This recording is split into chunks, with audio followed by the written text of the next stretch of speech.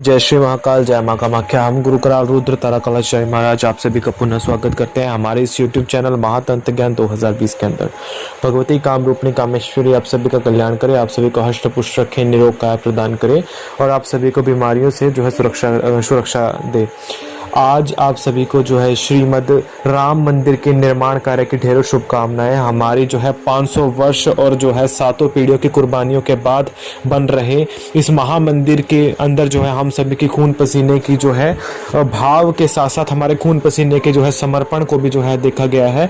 उस समर्पण के आधार पर आज भगवान राम ने अपनी जो है कृपा बरसाई है और आज अपनी जो है पावन भूमि पे अपने जो है महास्थान को जो है भगवान श्री रामचंद्र महाराज ने जो है आज जो है बनवा कर जो है हम सभी जो है भारतवासियों का जो है कल्याण करने का जो है सुअवसर प्रदान किया है। तो निसंदेह जो है कृपालु और दयालु भगवान श्री रामचंद्र महाराज के चरणों को हम बारंबार नमस्कार करते हैं और इस पावन बेला पर आप सभी को शुभ आशीष और शुभकामनाएं प्रदान करते हैं।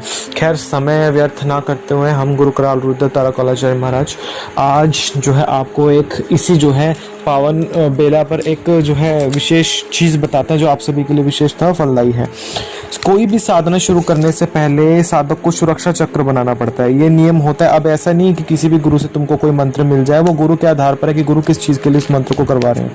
कोई भी साधना आरंभ करते हैं उससे पहले जो है सुरक्षा चक्र बनाना अनिवार्य होता है। भले आप कोई भी साधना कर रहे हैं, भले आप शाबरी साधना कर रहे हैं, शैव साधना कर रहे हैं, वैष्णव साधना कर रहे हैं या वाम साधना कर रहे हैं, किंतु साधना में सुरक्षा चक्र को होना का अनिवार्य। सुरक्षा चक्र कई प्रकार से बनाए जाते हैं। कुछ जो है शाक्त साधक जो होते हैं वो शक्ति के अंतर्गत जो है श्रीमद जगत मंडल कवचस्य के द्वारा भी जो है सुरक्षा जो है ब्रह्म चक्र मंडल को स्थापित करते हैं या ब्रह्म चक्र मंडल को बनाते हैं। उसमें जगत मंडल कवचस्य जो होता है, मतलब इसमें कई प्रकार के जो है टाइप होते हैं जो है कवच के जो है सुरक्षा चक्र के। तो जो जगत मंडल कवचस्य सुरक्षा चक्र होता है, इसमें जगत के अंदर विद्यमान सभी शक्तियों से, जो नकारात्मक शक्तियां या बुरी शक्तियां, उनसे हमारी सुरक्षा होती है, हमारी देह सुरक्षित रहती है, हमारा शरीर सुरक्षित रहता है। ठीक। और एक ब्रह्म चक्र मंडल के अंदर हमारी जो है हम जो है अपने शरीर को सुरक्षित रख पाते हैं। जैसे जो है एक श्री यंत्र होता है, उसके अंदर कितने सारे पद्म कमल में कितनी शक्तियां विद्यमान होती हैं, उसी प्रकार से उसी यंत्र को जो है अपने पूजा कक्ष पे बनाना पड़ता है और उसी यंत्र के ऊपर बैठ करके जो है साधक को जो है मंत्र जाप करना पड़ता है और कुछ मंत्र बोलने पड़ते हैं, जिसके मंत्र बोलने के माध्यम से जो है वो सभी जो है यंत्र की शक्तियां जागृत हो जाती है और वो सभी शक्तियां आपकी सुरक्षा करती हैं, जिसको जगत मंडल पे कवचस्य और जगत मंडल पे रक्षा सूत्रम बोला जाता है। दूसरा आता है इसका तरीका जो है सुरक्षा चक्र होता है, वो होता है ब्रह्म तत्व सुरक्षा चक्रम।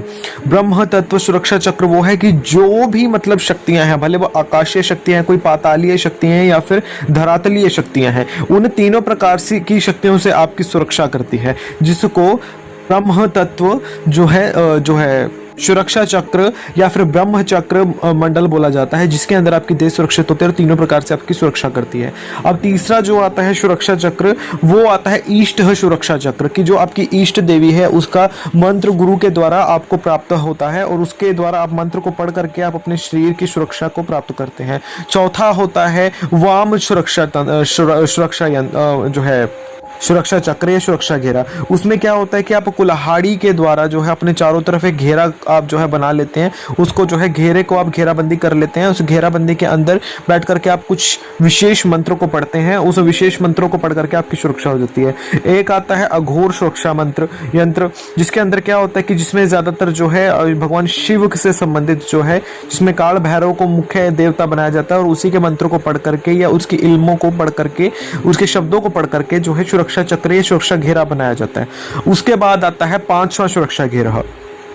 ये जो सुरक्षा घेरा होता है, ये सुरक्षा चक्र होता है, ये मूलतः जो शाबरी विद्याएं जो करते हैं उसके मूल रूप में उसके अंतर्गत दुहाई आती हैं, कि जैसे दुहाई कामरू कामाख्या नैना की दुहाई शिव शंकर गौरा पार्वती की है ना, उसी प्रकार से कि जो है जिसमें दुहाई का शब्द का प्रयोग किया जाता है, जिसमें देवी देवताओं की दुहाई होती है, भगवान शिव शंकर के, गुरु गोरक्षनाथ की, अन्य किसी भी देवी देवता की, अपने गुरुओं के नाम की दुहाई होती है, जिस दुहाई के माध्यम से वचन में देकर के शक्ति को बाध्य किया जाता है आपकी सुरक्षा करने के लिए। तो अब ये बात आती है कि ये तो हुए टाइप्स, कि किस प्रकार से जो है आपके जो है शरीर में जो है सुरक्षा घेरा लगाया जाता है आपकी जो है साधना के दौरान। अब दूसरी बात आती है कि ये सुरक्षा घेरा क्यों लगाया जाता है। वो इसलिए लगाया जाता है क्योंकि आपका जो शरीर है, जिस समय आप कोई भी साधना करते हैं, भले वो नकारात्मक पद्धति की है या फिर भले वो सकारात्मक पद्धति की है, जब तक उस पद्धति के अनुसार आपका शरीर सुरक्षित नहीं होगा तो कोई भी नकारात्मक शक्ति आकर के आपके शरीर को हनन कर सकती है, आपके शरीर को क्षति पहुंचा सकती है। साधना के दौरान आपको सुरक्षा चक्र यदि आपने नहीं बनाया तो कोई भी शक्ति आपका जो है विनाश कर सकती है, उस समय आपको मार भी सकती है। तो इस चीज से बचने के लिए सुरक्षा घेरा बनाना अनिवार्य है। अब बात आती है कि सुरक्षा घेरा साधक कैसे बनाए। मूल रूप में साधक जिस साधक कुल से है, मान लीजिए अगर उसने शाक्त दीक्षा लिया है तो शाक्त दीक्षा के अंतर्गत उसको जो है जल पढ़ करके यदि वह अपने चारों तरफ जो है घेरा बना ले तो उस जल के घेरे के अंदर कोई भी नकारात्मक शक्ति उसके अंदर प्रवेश नहीं करती। दूसरा साधक यदि उंगलियों से जो है यदि जो है साधक उंगलियों के द्वारा मंत्र पढ़ करके अपने चारों तरफ से गोला लगा ले, तब भी कोई भी जो है शक्ति उसके आसपास जो है कोई मतलब उसको जो है प्रभाव नहीं कर सकती, प्रभावहीन हो जाती है, उसके शरीर का कुछ भी बिगड़ता नहीं है। साधना सुरक्षा करने से जो है आरंभ करने से पहले तो जो है साधक को घेरा बनाना ही पड़ता है ना। तो कुछ जो है होते हैं जो सुरक्षा घेरों में होता है कि जिसमें सिंदूर के द्वारा गोला बना करके या सिंदूर के द्वारा यंत्र का स्वरूप बना करके उसके बीच में साधक बैठ जाता है, उसका शरीर सुरक्षित हो जाता है।